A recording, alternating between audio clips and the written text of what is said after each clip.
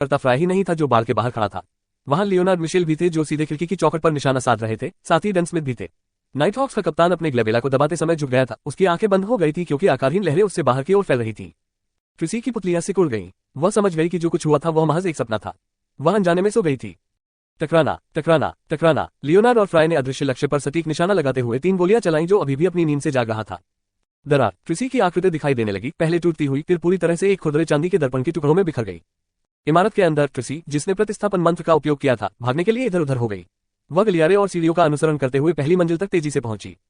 वाह, पहली मंजिल पर एक ठंडी भयावह हवा चली जो किसी भी व्यक्ति को ठिठुर सकती थी। निराकार पारदर्शी आकृतियां इमारत के हर कोने में स्तब्ध होकर घूम रही थीं। ट्रिसी, जो अपना छिपाव खो चुकी थी, हर बार जब वह आत्माओं के बीच से गुजरती थी तो उसे अपना तापमान गिरता हुआ महसूस होता था। जब वह अंततः बलि वेदी पर पहुंची तो वह अपनी कपकपी को नियंत्रित नहीं कर सकी। वेदी एक गोल मेज थी जिसके बीच में हड्डी से बनी एक देवता की मूर्ति रखी हुई थी। यह मूर्ति एक वयस्क व्यक्ति के सिर के आकार की थी, जिसमें केवल उसकी आंखों का संकेत था, लेकिन आकृति एक सुंदर महिला की थी। उसके बाल उसके सिर से उसकी एड़ी तक फैले हुए थे, प्रत्येक बाल साफ और घने थे, जैसे कि वे जहरीले सांप या तंबू हो। बालों की प्रत्येक लट की नोक पर केवल एक आंख स्थित थी, कुछ बंद कुछ खुली। मूर्ति के चारों ओर कई कठपुतलियां बिखरी हुई थीं। कठपुतलियों की शिल्पकला कच्ची थी। कठपुतलियों पर नाम और प्रासंगिक जानकारी लिखी गई थी, उदाहरण के लिए जॉयस मेयर। मेज पर 3 मोमबत्तियां थीं जो ठंडी भयावह हवाओं के बावजूद पीली हरी लौ के साथ टिमटिमा रही थीं। ट्रिसी ने देवता की मूर्ति को प्रणाम किया और तुरंत अपने मंत्रों का उच्चारण किया। फिर उसने कठपुतलियों को दूर धकेल दिया और मूर्ति को उठाने से पहले मोमबत्तियों की लौ को बुझा दिया। वाह, तेज हवाएं चलने लगी और उन्होंने बंद खिड़कियों को जोर से हिला दिया। क्लैंक, चरमराहट, कांच के टुकड़े सभी दिशाओं में उड़ गए। फ्राई, जो अभी अभी इमारत के दूसरी ओर गया था, ने बलिदान वेदी में लापरवाही से घुसने की हिम्मत नहीं की। वह कांप उठा, उसे महसूस हुआ कि उसका खून ठंडा और ठंडा हो गया है। इससे उसकी गतिविधियां स्पष्ट रूप से धीमी हो रही थीं। अचानक उसे अपनी एड़ियों के चारों ओर जकड़न महसूस हुई, जैसे उन्हें किसी अदृश्य चीज ने पकड़ लिया हो। संपर्क के बिंदु से ठंडक का तीव्र एहसास ऊपर की ओर फैल गया। सीक्वेंस 9 ब्यूडर अब तक पूरी तरह से सुन्न हो गया होगा, लेकिन एक लाश संग्राहक के रूप में फ्राई ऐसी स्थितियों से अनजान नहीं थे। उसने अपनी रिवॉल्वर को एड़ी की तरफ घुमाया और ट्रिगर खींच लिया। यह ऐसा था जैसे वह देख सकता था कि दुश्मन कौन था और वह वास्तव में कहां था। टकराना, चांदी के दानव का शिकार करने वाली एक गोली हवा में चली गई, जिससे प्रतिक्रिया में एक तीखी चीख निकल गई। निराकार आकृति नष्ट हो गई और फ्राई ने हिलने डुलने की अपनी क्षमता पुनः प्राप्त कर ली। अन्यत्र डन स्मिथ, जो वेदी पर सामने से होने वाले हमले से बचकर दूसरी मंजिल तक पहुंचना चाहते थे, ठंडी हवाओं से भी प्रभावित थे। जैसे ही वह एक टूटी हुई खिड़की के ठीक बाहर रुका, उसका शरीर अकड़ गया। वाह, खिड़की के पीछे का पर्दा अचानक उठा और डन को अपनी चपेट में ले लिया, मानो किसी राक्षस ने अपने शिकार को निगलने के लिए अपना मुंह खोला हो। डन के सिर के चारों ओर लिपटा पर्दा ऐसा लग रहा था मानो जीवन से उत्प्रोत हो गया हो। डन के चेहरे की विशेषताएं सिकुड़ते कपड़े से दबने लगी। डन, जिसका दम घुटने वाला था, दोनों पैरों से जमीन पर गिर पड़ा। उसने अपने घुटनों को सीधा किया और अपनी कमर को मोड़ लिया, अकेले ताकत से पर्दे की पकड़ ढीली कर दी। उसने अपने बाएं हाथ से अपने सिर के चारों ओर लगे पर्दे के एक कोने को पकड़ा और जमीन पर फेंकने से पहले उसे दूर खींच लिया। टकराना, उसने खिड़की के पीछे पर्दे के दूसरे आधे हिस्से पर गोली चलाई, जिससे उसे उस पर एक और हमले का प्रयास करने से रोक दिया गया। पर्दा तुरंत रुक गया क्योंकि उसमें से गहरे लाल रंग का तरल पदार्थ बाहर निकल रहा था। वाह, मैदान पर लियोनार्ड मिशेल अपनी कविताएं पढ़ रहे थे और मौत की तीव्र अनुभूति से भरी ठंडी भयावह हवाओं की चपेट में भी आ गए। उनके दांत किरकिटा रहे थे, जिससे उनके लिए अपनी कविताएं बोलना कठिन हो गया। बगीचे में फैली गंदी घास फूस अचानक बढ़ गई और उसकी एड़ियों के चारों ओर लिप गई। तेज हवाओं के साथ एक काली छाया उस पर टूट पड़ी। लियोनार्ड, जिसका शरीर कठोर हो गया था, समय पर गोली चलाने में विफल रहा। वह केवल अपना कंधा पीछे खींच सकता था और अपना हाथ ऊपर उठा सकता था। गड़गड़ाहट, काली छाया उसकी बांह पर लगी, उसके शरीर पर कांटे उसकी त्वचा में चुभ गए। यह एक सुंदर चमकीला लाल फूल था, इसकी उत्पत्ति अज्ञात है। दर्द में लियोनार्ड ने अपने खून से रंगे फूल को एक तरफ फेंक दिया। टकराना, उसने फैलती लताओं पर गोली चलाई, जिससे गहरे लाल रंग का तरल पदार्थ निकलने लगा। नल नल नल, लियोनार्ड ने अपनी गति तेज कर दी और पहली मंजिल पर टूटी हुई खिड़की की ओर बढ़ गया, जहां पीछे वेदी स्थित थी। लताएं वहां से अचानक पीछे हट गईं जहां वह पहले खड़ा था, मानो किसी अदृश्य चीज से छिप रहा हो। ट्रिसी ने एक बार फिर खुद को छुपाने के लिए वेदी को नष्ट करने और एक निलंबन शैली अनुष्ठान द्वारा बनाई गई अराजकता का फायदा उठाया। वह नाइटहॉक्स के स्पिरिट विशन को मूर्ख बनाने और 3 नाइटहॉक्स के पीछे एक स्थान पर पहुंचने से पहले पिंजर हमले से बचने में कामयाब रही। उसने अपना दाहिना हाथ बढ़ाया, जिससे तुरंत ठंडी हवा चलने लगी। इसने लियोनार्ड के खून से रंगे फूल को सीधे उसकी हथेली में ले लिया। ट्रिसी नहीं रुकी। हाथ में फूल लेकर वह चतुराई से स्टील की बाड़ के ऊपर से निकल गई और टुसोक नदी की दिशा में भाग गई। लियोनार्ड, जिसने अभी पहले स्तर में प्रवेश किया था, ने अचानक अपना सिर घुमाया, जैसे वह कुछ सुन रहा हो। उसकी अभिव्यक्ति बदल गई। उसने व्याकुलता से अपनी आस्तीन ऊपर खींची और फूल के कारण हुए घाव को देखा। उसके ठीक होने से घाव से खून बहना पहले ही बंद हो चुका था, केवल कुछ लाल सूजन ही बची हुई थी। लियोनार्ड की अभिव्यक्ति गंभीर हो गई। उसने अपनी बाईं तर्जनी पर चुटकी ली और अपना नाखून सीधा बाहर खींच लिया। दर्द से उसका चेहरा विकृत हो गया, लेकिन वह रुका नहीं। जैसे ही वह चुपचाप कुछ पढ़ता रहा, उसने जमे हुए घाव को नाखून से काट दिया। जब नाखून उसके गहरे लाल खून से रंग गया तो उसने अपनी खोपड़ी से बालों की कुछ लंटें निकाली और नाखून को अपने बालों में लपेट लिया। टुसोक नदी के किनारे ट्रिसी धीमी हो गई। उसने अपनी नजर हाथ में लिए फूल की ओर उठाई। वह कुछ जप रही थी कि अचानक उसकी हथेली में काली मायावी आग का गोला प्रकट हो गया। आग की लिपटों ने फूल को घेर लिया और उसे जलाकर राख कर दिया। इसे पूरा करने के बाद ट्रिसी ने नदी में छलांग लगा दी और खुद को डुबो दिया। उसी समय लियोनार्ड ने अपने बालों में लिपटे खून से सने नाखून को कोने में फेंक दिया। उसने उसे जलते हुए और दुर्गंध छोड़ते हुए देखा। नाखून और बाल तेजी से गायब हो गए, केवल कुछ धूल रह गई। लियोनार्ड ने राहत की सांस ली। उन्होंने खिड़की के माध्यम से पहले स्तर में प्रवेश किया और डन और फ्राई से कहा, जो वेदी को नष्ट कर रहे थे, लक्ष्य बच गया है। लेकिन ये ठीक है, हमारा प्राथमिक उद्देश्य अनुष्ठान को रोकना था। डन ने आह भरी और मेज पर रखी कठपुतलियों की ओर देखा। वह बहुत सतर्क और बहुत शक्तिशाली थी। उसने हमें समय से पहले ही महसूस कर लिया था कि हम उसके पास आ रहे हैं, अन्यथा उसे कम से कम सीक्वेंस 7 से परे होना चाहिए था। क्लेन को संकेत दो, उसे आने के लिए कहो। सपने में संक्षिप्त बातचीत के माध्यम से उसने निर्धारित किया था कि दुश्मन महिला थी। क्लेन लक्ष्य इमारत से दर्जनों मीटर दूर एक इमारत की छाया में छिपा हुआ था। उसने गोलियों की धीमी आवाज और तेज हवाओं की आवाज सुनी। यदि शत्रु मेरी ओर दौड़े तो क्या मुझे अपनी बंदूक निकाल लेनी चाहिए या ऐसा दिखावा करना चाहिए कि मैंने उसे नहीं देखा? ठंडे पसीने से कांपते हुए उसने सोचा। एक बियॉन्डर जो विभिन्न माध्यमों से दूसरों के जीवन को कम कर सकता है, निश्चित रूप से अनुक्रम 9 या अनुक्रम 8 बियॉन्डर नहीं था। वे निश्चित रूप से ऐसे व्यक्ति नहीं होंगे जिनके खिलाफ उनके जैसा दृष्टा आमने सामने लड़ सके। भले ही उसने खुद का बलिदान दिया हो, फिर भी वह लक्ष्य को इतना धीमा नहीं कर पाएगा कि डन और लियोनार्ड उसे पकड़ सके। ये सौभाग्य की बात थी कि आपदा की स्वामिनी एवरनाइट देवी ने अपने वफादार रक्षक की प्रार्थनाएं सुन ली। कोई भी उस स्थान की ओर नहीं भागा जहां क्लेन छिपा था। कुछ मिनटों के बाद उसे लक्ष्य भवन से एक मधुर गीत सुनाई दिया। बेहतर ढंग से सुनने के लिए अपने कानों को बगल में करते हुए क्लेन ने पुष्टि की कि यह लोकप्रिय स्थानीय धुन थी जिसे लियोनार्ड मिशेल हमेशा गुनगुनाते थे। यह आधार शब्दों से भरा हुआ था। उफ़, उसने राहत की सांस ली। उसके एक हाथ में बंदूक और दूसरे हाथ में बेत थी। फिर वह छाया से निकलकर लक्ष्य भवन की ओर चला गया। लोकप्रिय स्थानीय धुन बैठक का संकेत थी जिस पर वह डन और बाकियों से सहमत थे। क्लेन 2 कदम चला और अचानक रुक गया। उसने अपना बेत धातु की बाड़ पर टिकाया और रिवॉल्वर को अपने दूसरे हाथ में ले लिया। फिर उसने अपनी आस्तीन के अंदर चांदी की चेन उतार दी और पुखराज लटकन को स्वाभाविक रूप से नीचे लटका दिया। क्लेन ने पुखराज के स्थिर होने तक इंतजार किया और तुरंत अपनी आंखें बंद कर ली और चिंतन की स्थिति में प्रवेश कर गया। उन्होंने एक भविष्यवाणी कथन सुनाया, पहले गाना एक भ्रम था। पहले गाना एक भ्रम था... 7 बार दोहराने के बाद उन्होंने अपनी आंखें खोली और पेंडेंट को वामावर्त घूमते हुए देखा। यह कोई भ्रम नहीं है। क्लेन ने दूर रख दिया उसका पेंडुलम, उसकी छड़ी को पकड़ लिया और तेजी से लक्ष्य भवन की ओर जाने वाले मेहराब के आकार के धातु के गेट के करीब पहुंच गया। फिर उसने काली छड़ी को अपने दाहिने हाथ में ले लिया और उसे रिवॉल्वर से पकड़ लिया। उसने बाड़ को छूने के लिए अपने हाथ बढ़ाए। उसे धक्का देकर खोलने का इरादा था, लेकिन उसे अचानक तेज ठंड महसूस हुई। ऐसा लगा जैसे किसी ने बिना किसी चेतावनी के उसकी गर्दन पर बर्फ की एक बाल्टी डाल दी हो और अपने हाथ पीछे खींच लिए। यहाँ बिल्कुल सर्दी है। मंद तारों की रोशनी और दूर स्थित स्ट्रीट लैंप के नीचे उसने धातु की बाड़ के पीछे बगीचे में देखा। उसने सूखी हुई शाखाओं, गिरे हुए फूलों और भूरी मिट्टी पर सफेद ठंड से ढके पत्तों को देखा। अद्भुत! क्लेन को आश्चर्य हुआ। वह झुक गया, उसकी स्पिरिट विशन को सक्रिय करने के लिए उसकी उंगलियां और उसके ग्लैबेला को थपथपाया। उसने अपनी चांदी जड़ित छड़ी को अपने बाएं हाथ में लौटाया और बंद गेट खोलने के लिए उसे बाड़ के खिलाफ धकेल दिया।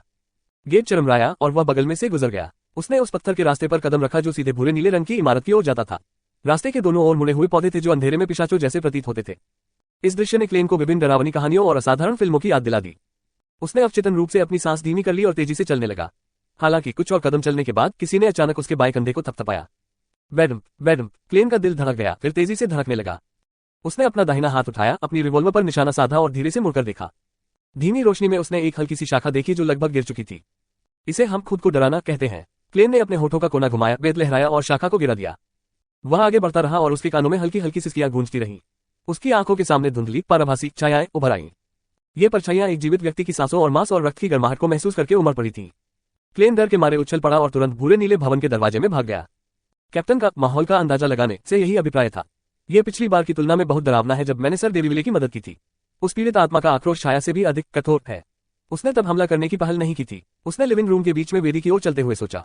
यह एक गोल मेज थी जो भद्दे ढंग से बनाई गई कठपुतलियों से भरी हुई थी। कठपुतलियों के बीच में 3 बुझी हुई मोमबत्तियां खड़ी थीं। डन स्मिथ वेदी के ठीक सामने क्लेन की ओर पीट करके खड़ा था। उसने एक के बाद एक कठपुतलियां उठाई और उन्हें देखा। लाश कलेक्टर फ्राई ने तैरती हुई परछाइयों को देखा और उन्हें सांत्वना देने की कोशिश में अपना हाथ बढ़ाया, लेकिन उसका सारा हाथ असहाय होकर उनके बीच से गुजर गया। परछाइयों ने उस पर हमला नहीं किया। ऐसा प्रतीत हुआ जैसे उसने उसे अपने में से एक के रूप में पहचान लिया हो। जब लियोनार्ड मिशेल ने क्लेन के आगमन पर ध्यान दिया तो उन्होंने अपना स्वर बदल दिया, जिससे उनकी आवाज नर्म लेकिन आकर्षक हो गई। शांत सुबह बिना आवाज के होती है, शांत दुख के अनुरूप, और केवल फीके पत्ते के माध्यम से चेस्टनट जमीन पर थपथपा रहा है। एक... कविता के सुखदायक पाठ में क्लेन को चांदनी को प्रतिबिंबित करने वाली एक स्पष्ट झील और आकाश में ऊंचे स्थान पर चुपचाप लटका हुआ एक लाल चंद्रमा दिखाई दे रहा था। बेचैन परछाइयां शांत हो गईं और उनके बीच जीवित नाइटहॉक्स की गर्म सांसों का पीछा करना बंद कर दिया। डन ने कठपुतली को अपने हाथ में रख लिया, घूम गया और क्लेन से कहा, यह एक भयानक अभिशाप के लिए एक समारोह है। ये सौभाग्य की बात है कि हमने इसे पहले ही नष्ट कर दिया है। पहले बची हुई आत्माओं को सांत्वना देने के लिए एक अनुष्ठान तैयार करें, फिर मृतकों की आत्माओं से संवाद करने का प्रयास करें और देखें कि क्या आपको उनसे कोई सुराग मिल सकता है। क्लेन को एहसास हुआ कि अब वह बोझ नहीं है। उसने तुरंत अपना सीना आगे बढ़ाया और कहा, हाँ कैप्टन। वह कुछ कदम चलकर वेदी तक पहुंचा और कठपुतलियों को गोलमेज से हटाने के लिए अपने हाथ बढ़ाए। उस पल उसने अपनी आंखों के कोने से देखा कि प्रत्येक कठपुतली का एक नाम और एक संबंधित संदेश था। कैप्टन, क्या आपने किसी परिचित को खोजा? क्लेन ने गुजरते हुए पूछा। फिर उसने डन की ओर देखा जैसे डन ने उसकी ओर देखा। दोनों चुप हो गए। मैं बहुत मूर्ख हूँ, मैं ऐसा कोई प्रश्न क्यों पूछूंगा जो कैप्टन की याददाश्त का परीक्षण करता हो। क्लेन ने लगभग अपना चेहरा ढक लिया और आह भरी। यदि यह कोई अन्य बॉस होता तो वे निश्चित रूप से इसके कारण मेरा जीवन कठिन बनाने का अवसर ढूंढ लेते। सौभाग्य से कैप्टन इस बारे में भूल जाएंगे। मुझे आश्चर्य है कि क्या ये फायदा है या नुकसान, उसने सोचा, आधा खुश आधा मजाक। थोड़ी देर की चुप्पी के बाद डन अंततः सपनों की दुनिया से वास्तविकता को अलग करने में सक्षम लग रहा था। उसने उत्तर दिया, वहां कोई है जिसे आप जानते हैं। कौन? क्लेन रुक गया, उसका हाथ अभी भी मोमबत्ती को वापस वही रखने के लिए बढ़ा हुआ था जहां उसे होना चाहिए था। जॉयस मेयर, अल्फाल्फा त्रासदी से बचे, डन ने सरलता से उत्तर दिया। जॉयस मेयर, एनाकी मंगेतर। क्लेन को कार्यस्थल पर अचानक सेलिस के बारे में याद आया। ऐसा प्रतीत होता है कि उसे किसी ने उकसाया और गुमराह किया है, जिसके कारण उसने अपना गुस्सा सामने लाया और आगजनी की। क्लेन ने अपना दाहिना हाथ पीछे खींच लिया और गहरी आवाज में कहा, उकसाने वाला ट्रिस। उसने उन जिंदगियों का उपयोग बलिदान के रूप में किया जो अल्फाल्फा त्रासदी से बचे सभी लोगों को श्राप देने का इरादा रखते थे, क्योंकि वह नहीं जानता था कि किसने उसकी संलिप्तता का खुलासा किया और पुलिस रिपोर्ट दर्ज कराई। यदि ट्रिस ने सीधे तौर पर बदला लिया होता तो ऐसा होता, टिंडन में बिखरे हुए सभी लक्ष्यों को मिटाना असंभव है। 2 या 3 हत्याओं के बाद उस पर नाइटहॉक्स, मैंडेटेड पनिशर और मशीनरी हाइव माइंड की नजर पड़ी होगी। फिर उसने अपनी हत्या का सिलसिला जारी रखने का मौका खो दिया होगा। क्लेन ने रिक्त स्थान भर दिया कि ट्रिस ने ये सब क्यों शुरू किया था। डन ने पहले सिर हिलाया, फिर अपना सिर हिलाया। सभी जीवित बचे लोग नहीं, बल्कि केवल टिंडन में जीवित बचे लोग। उसका शाप अनुष्ठान केवल इस सीमा के भीतर के लोगों को प्रभावित कर सकता है। इसके अलावा अनुष्ठान की मेजबान एक महिला है, ट्रिस नहीं। क्लेन ने अपनी भौहें सिकोड़ ली और पूछा, शायद यह एक विशेषज्ञ है जिसे थियोसोफी ऑर्डर ने ट्रिस की मदद के लिए भेजा था। हाँ, थियोसोफी ऑर्डर की उत्पत्ति में डेमोनिस्ट संप्रदाय शामिल हो सकता है। उनके विशेषज्ञों का महिला होना काफी सामान्य है। डन मुस्कुराया और अपनी गहरी आवाज में कहा, मैं आपके फैसले से सहमत हूँ। हालांकि हमारा सामना केवल उस महिला से हुआ था, ट्रिस से नहीं, फिर भी कुछ अनुमान है जो हम लगा सकते हैं। जैसे महिला और ट्रिस एक साथ नहीं रहते हैं, या वो ट्रिस उन लोगों की तलाश में थी जो जल्द ही मर रहे हैं। क्लेन ने आगे कुछ नहीं कहा। उसने 3 मोमबत्तियां स्थापित की, पूर्णिमा, सारतेल, लाल चंदन और अन्य सामग्री निकाली और जल्दी से वेदी स्थापित की। सीलबंद दीवार बनाने के लिए चांदी के खंजर का उपयोग करने के बाद उन्होंने शांति और मौन की स्वामिनी एवरनाइट देवी से प्रार्थना करना शुरू कर दिया। उन्होंने प्रार्थना की कि घर के अंदर और बाहर छाया को पूरी तरह से आराम मिले। दुर्भाग्य से मृतकों की आत्माओं के साथ संवाद करने के बाद के प्रयास में क्लेन केवल वही देख सका जो आत्माओं ने अपनी मृत्यु से पहले देखा था। कोई उपयोगी सुराग नहीं थे। अंधेरी रात में छायाओं को शांतिपूर्ण नींद में सुलाने के बाद उन्होंने समारोह समाप्त किया और आध्यात्मिकता की दीवार को हटा दिया। फिर उसने अपना सिर हिलाया और दूसरों से कहा। बाधित अनुष्ठान की प्रतिक्रिया से गंभीर क्षति हुई और मेजबान की शेष छवियां खो गईं। डन आश्चर्यचकित नहीं था। उन्होंने सीढ़ियों की ओर इशारा करते हुए कहा, आइए दूसरी मंजिल पर चारों ओर देखें और एक बार फिर कोशिश करें। ठीक है। क्लेन, लियोनार्ड और फ्राय ने सहमति में सिर हिलाया। तीनों नाइटहॉक सीढ़ियों से दूसरी मंजिल तक गए और प्रत्येक कमरे में तलाशी लेने के लिए अलग हो गए। अंत में वे एक शयनकक्ष में मिले जो हल्की सुगंध से भरा हुआ था। उन्होंने इधर उधर अस्त व्यस्त पोशाकें और खुले बक्से पड़े देखे। डन ने ड्रेसिंग टेबल से एक डिब्बा उठाया और उसे सूंघकर पूछा, क्या ये सौंदर्य प्रसाधन है? सटीक रूप से कहें तो वे त्वचा देखभाल उत्पाद हैं। सम्राट रोसेले के बाद से उन्हें एक व्यापक शब्द के साथ एक साथ नहीं जोड़ा गया था, लियोनार्ड ने मुस्कुराते हुए समझाया। कैप्टन, एक सज्जन व्यक्ति के रूप में कुछ चीजें हैं जिन्हें आपको जानना होगा। क्लेन उनकी चर्चा में शामिल नहीं हुआ, लेकिन उसने ड्रेसिंग टेबल पर लगे दर्पण की ओर अपनी नजर डाली। दर्पण पर स्पष्ट दरार थी और नीचे गलीचे पर टूटे हुए टुकड़े थे। बियोडर जल्दबाजी में चला गया। उसने इसे पूरी तरह से नष्ट नहीं किया। उसने अचानक गहरी आवाज में कहा, शायद मैं इसे आजमा सकता हूं। मैं इसे आप पर छोड़ दूंगा, डन ने आत्मविश्वास से उत्तर दिया। क्लेन जल्दी से पहली मंजिल से मोमबत्तियां लाया और उन्हें टूटे हुए दर्पण के सामने जलाया। मंद टिमटिमाती मोमबत्ती की रोशनी में उन्होंने आध्यात्मिकता की दीवार बनाने के लिए फुल मून एसेंस जैसी चीजें निकाली। क्लेन ने सब कुछ तैयार करने के बाद वह दर्पण के सामने खड़ा हो गया जिसमें तीनों मोमबत्तियों की रोशनी प्रतिबिंबित हो रही थी और हेमीज में कहा, मैं अंधेरी रात की शक्ति के लिए प्रार्थना करता हूँ। मैं रहस्य की शक्ति के लिए प्रार्थना करता हूँ। मैं देवी की प्रेमपूर्ण कृपा के लिए प्रार्थना करता हूँ। मैं दर्पण के लिए प्रार्थना करता हूँ कि उसे थोड़ी देर के लिए बहाल किया जाए। मैं प्रार्थना करता हूँ कि वह हर व्यक्ति को वह दिखाए जो उसने पिछले महीने में प्रतिबिंबित किया था। ... जैसे ही मंत्र का पाठ किया जा रहा था, आध्यात्मिकता की दीवार के भीतर अचानक तेज हवा चलने लगी। दर्पण के टूटे हुए टुकड़े जमीन पर घूम गए और अपने मूल स्थान पर लौट आए। वह दर्पण जो दरारों से ढका हुआ था अचानक एक अंधकार में चमक से तरंगित हो उठा। क्लेन ने उस पर अपने हाथ पहुंचे और अचानक एक मानव आकृति फ्रेम में दिखाई दी, लेकिन वह आकृति क्लेन की नहीं थी। वह गोल चेहरे वाली एक सौम्य और प्यारी दिखने वाली युवा युवती थी। शायद ऐसा इसलिए था क्योंकि दर्पण टूट गया था, या शायद ऐसा इसलिए था क्योंकि बाधित अनुष्ठान की प्रतिक्रिया ने दूसरी मंजिल को भी प्रभावित किया था। उसके चेहरे की विशेषताएं धुंधली थी और उसका वास्तविक स्वरूप बिल्कुल स्पष्ट नहीं था, लेकिन फिर भी क्लेन को वह व्यक्ति असामान्य रूप से परिचित लगा। अल्फ्रेड टेनिसन के इन मेमोरियम HHOBIT 2311 से रूपांतरित। जब अपनेपन की एक अजीब भावना का सामना करना पड़ता है तो अनुक्रम 9 के अन्य लोग इसे याद करने या यहाँ तक कि उपेक्षा करने और इसके बारे में भूलने की पूरी कोशिश कर सकते हैं, लेकिन एक दृष्टा अलग था। क्लेन ने तुरंत अनुष्ठान समाप्त कर दिया और आध्यात्मिकता की दीवार को हटा दिया। उन्होंने कागज का एक टुकड़ा निकाला और उस पर एक बयान लिखा, अपनेपन की भावना का स्रोत। जिसके बाद वह कमरे में बिस्तर के किनारे पर बैठ गया और हाथ में कागज का टुकड़ा लेकर चुपचाप इसका पाठ किया। 7 बार बाद उसकी पुतलियां काली पड़ गईं। वह कोगिटेशन की मदद से सो गए और अपनी आध्यात्मिकता के साथ बातचीत करने लगे। धुंधली विकृत दुनिया में क्लेन ने एक गाड़ी देखी। उसने एक युवा महिला को भूरे रंग की लंबी पोशाक पहने हुए देखा। इस महिला के चिकने काले बाल थे, उसका चेहरा थोड़ा गोल था। उसका व्यवहार सौम्य और सुखद था, लेकिन उसका शरीर अस्वाभाविक रूप से कांप रहा था। छवि चमकी और एक बार फिर क्लेन ने भूमिगत बाजार में इस युवा सुंदर महिला को देखा। वह बैठी हुई थी और किसी से बातचीत कर रही थी। सपना जल्दी से दूर हो गया और क्लेन जाग गया। उसे समझ में आया कि उसने दर्पण में जो छवि देखी वह इतनी परिचित क्यों थी। वह इस व्यक्ति से पहले मिल चुका था। पहली बार आयरन क्रॉस स्ट्रीट के पास जिले में डैफोडिल स्ट्रीट पर था। कैप्टन और बाकी लोग उस रात इंस्टिगेटर ट्रिस का पीछा कर रहे थे। जरूर कोई कनेक्शन होगा। क्लेन ने कुछ सेकंड के लिए सोचा, फिर एक बार फिर से अनुष्ठान शुरू किया। उन्होंने अपनी याद में दुश्मन का चित्र बनाने के लिए देवी से मदद मांगी। डन और बाकी लोग क्लेन को अनावश्यक रूप से रोके बिना चुपचाप इंतजार कर रहे थे। जब उनका रेखाचित्र बनाना समाप्त हो गया तभी वे एकत्र हुए और चित्र का निरीक्षण किया।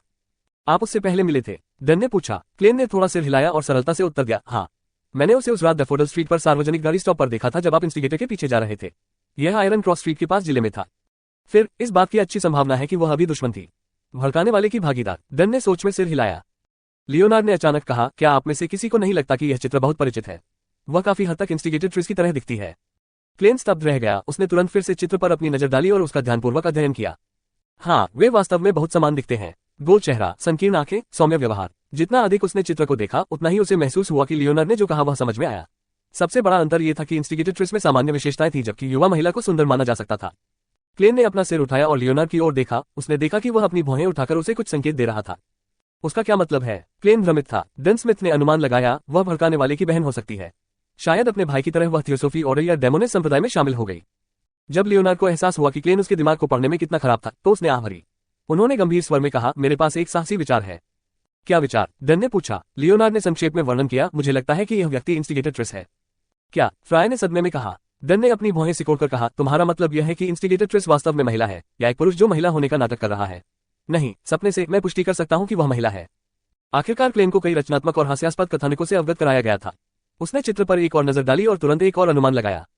क्या ऐसा हो सकता है कि उकसाने वाली ट्रिस एक महिला बन गई? इससे बहुत सी बातें स्पष्ट हो सकती हैं। उदाहरण के लिए, ट्रिस की ओर जाने वाला रास्ता अचानक क्यों टूट जाएगा? भविष्यवाणी के बाद भी उन्हें कोई निशान क्यों नहीं मिला? शायद इसलिए कि उनके लक्ष्य में बुनियादी बदलाव आ गया था। एकमात्र सवाल यह था कि वह इतने कम समय में एक महिला में कैसे बदल सकता है, और यह काफी सरल लग रहा था। अपने परिवर्तन के बाद भी उनका लुक काफी अच्छा था। मेरा मतलब है, ईमानदारी से कहूं तो वह बहुत आकर्षक है। क्लेन ने सोचा, विचलित हो गया। लियोनार्ड ने राहत में सिर हिलाया। हाँ, यह मेरा सिद्धांत है। यह पूरी तरह से समझा सकता है कि क्यों इंस्टिगेटर ट्रिस गायब हो गया था। यह इस अजीब तथ्य के साथ भी फिट बैठता है कि डेमोनिस्ट संप्रदाय के ऊपरी क्षेत्रों में सभी महिलाएं हैं। डन और फ्राय के पास कुछ देर के लिए शब्द नहीं थे। हालांकि उन्होंने कई राक्षसों और चमत्कारिक चीजों को देखा था, लेकिन इस तरह के बदलाव से उनका सामना पहली बार हुआ था। आपका मतलब यह है कि डेमोनिस्ट संप्रदाय के ऊपरी क्षेत्रों में महिलाओं की काफी संख्या है जो पहले पुरुष हुआ करते थे? डन ने पूछा। उन्होंने ये कहने से पहले उत्तर की प्रतीक्षा नहीं की। यह संभव हो सकता है। शायद यह उनकी औषधि की अनूठी विशेषता है। सुनते ही क्लेन थोड़ा कांप गया। उसे लगा कि राक्षसी संप्रदाय की औषधि एक जाल थी।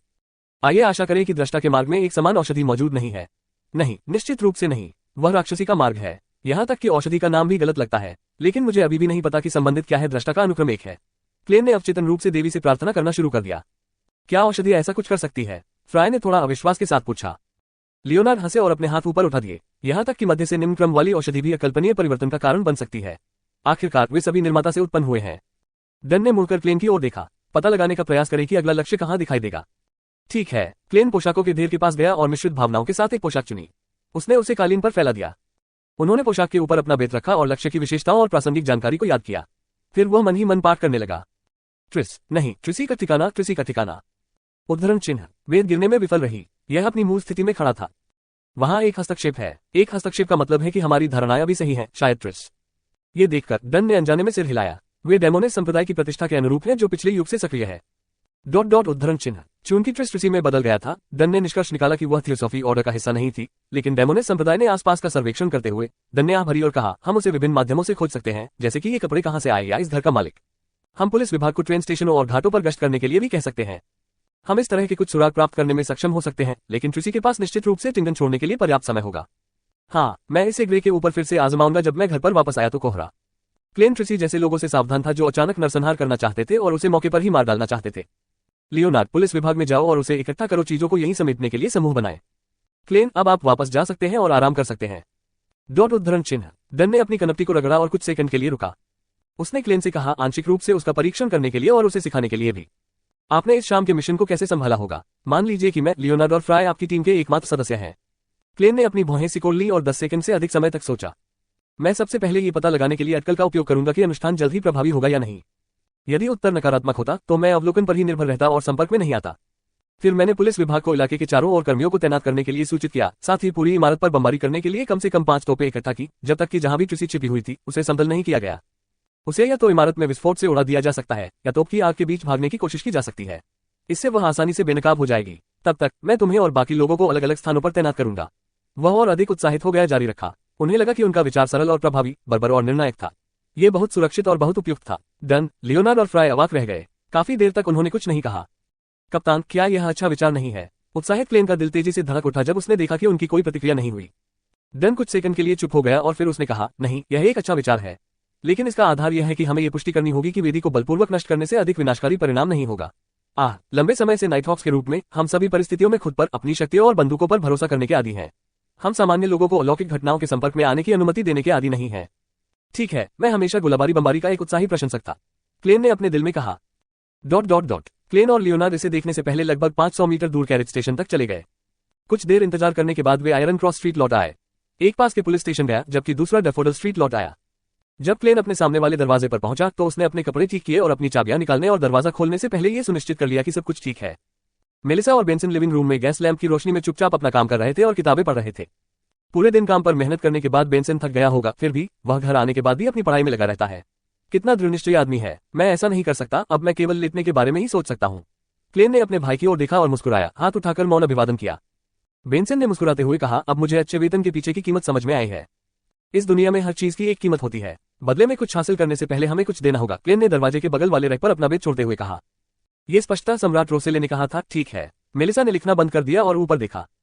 टिंडन टेक्निकल स्कूल विश्वविद्यालयों और पब्लिक स्कूलों से अलग था। ग्रीष्म अवकाश के लिए केवल 2 सप्ताह थे, जुलाई के अंत से अगस्त की शुरुआत तक। जैसे ही सबसे गर्म दिन खत्म हुए, उनकी कक्षाएं फिर से शुरू हो गईं। क्या ऐसा है? मुझे याद नहीं है, क्लेन ने जवाब दिया। उसकी अभिव्यक्ति थोड़ी कठोर थी। उसने अपनी टोपी उतारी और ऊपर चला गया। उसका इरादा जल्द से जल्द ट्रिसी के ठिकाने का पता लगाने का था। अचानक उसे अपने पेट में गड़गड़ाहट की आवाज सुनाई दी। उसे तीव्र भूख की पीड़ा महसूस हुई। ओह ठीक है, मैंने रात का खाना नहीं खाया है, लेकिन मैंने जो नोट छोड़ा था उसमें कहा गया था कि सुरक्षा कंपनी भोजन उपलब्ध कराएगी और उनसे कहा था कि वे मेरे लिए कोई खाना न छोड़े। सच में कैप्टन, आप वास्तव में इसके बारे में भूल गए थे।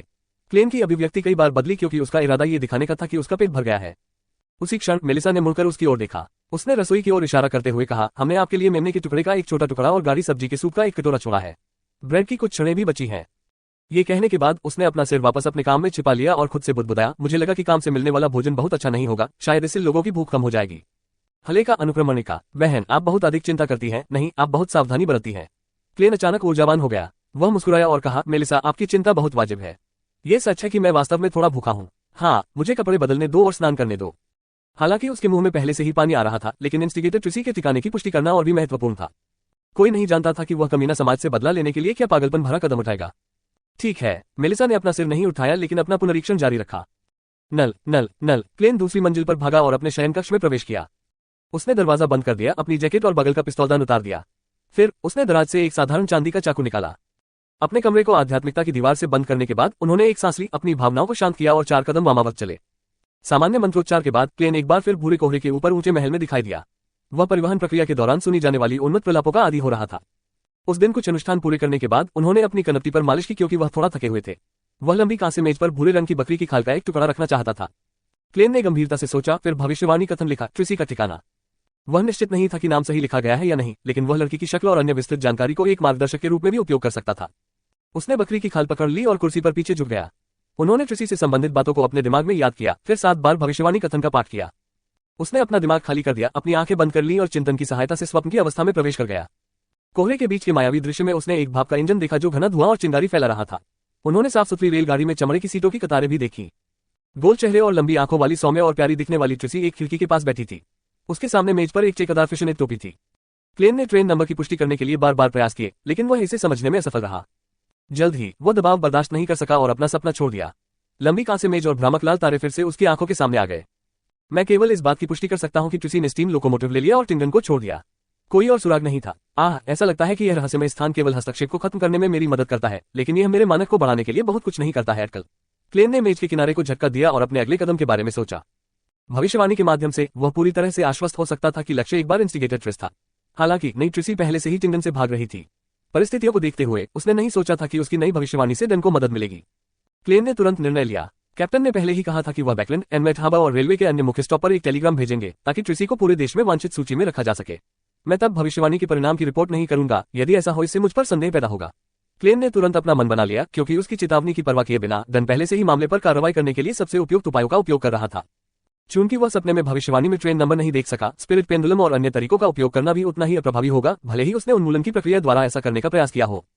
ये बिल्कुल लाल चिमनी जैसी स्थिति थी। उस क्षण उसे मानसिक रूप से थका हुआ महसूस हुआ, इसलिए वह अब बुरे कोहरे से ऊपर नहीं रहा, बल्कि उसने खुद को अपनी आध्यात्मिकता से ढक लिया और गिरने की भावना का अनुकरण किया। जब वह अपने कमरे में लौटा तो उसका मन स्वादिष्ट चमचमाते मटन के विचार से भर गया। मुझे कुछ सौंफ अवश्य डालनी चाहिए। महिला की स्तुति करो। क्लेन ने अपनी लार निगल ली, तेजी से आध्यात्मिकता की दीवार हटा दी और अपना दरवाजा खोल दिया। अगली सुबह 9:20 पर वह हाथ में बेत लेकर ब्लैकथॉर्न सिक्योरिटी कंपनी में दाखिल हुआ। सुप्रभात क्लेन, मेरे पास अच्छी खबर है। रोजन ने रिसेप्शन डेस्क के पीछे से उत्साहपूर्वक अपने हाथ हिलाए। क्लेन की आंखें चमक उठी और उसने पूछा, हमने ट्रिसी को पकड़ लिया। ट्रिसी, वह कौन है? हरे कपड़े पहने रोजन खोई हुई लग रही थी। उद्धरण चिन्ह ...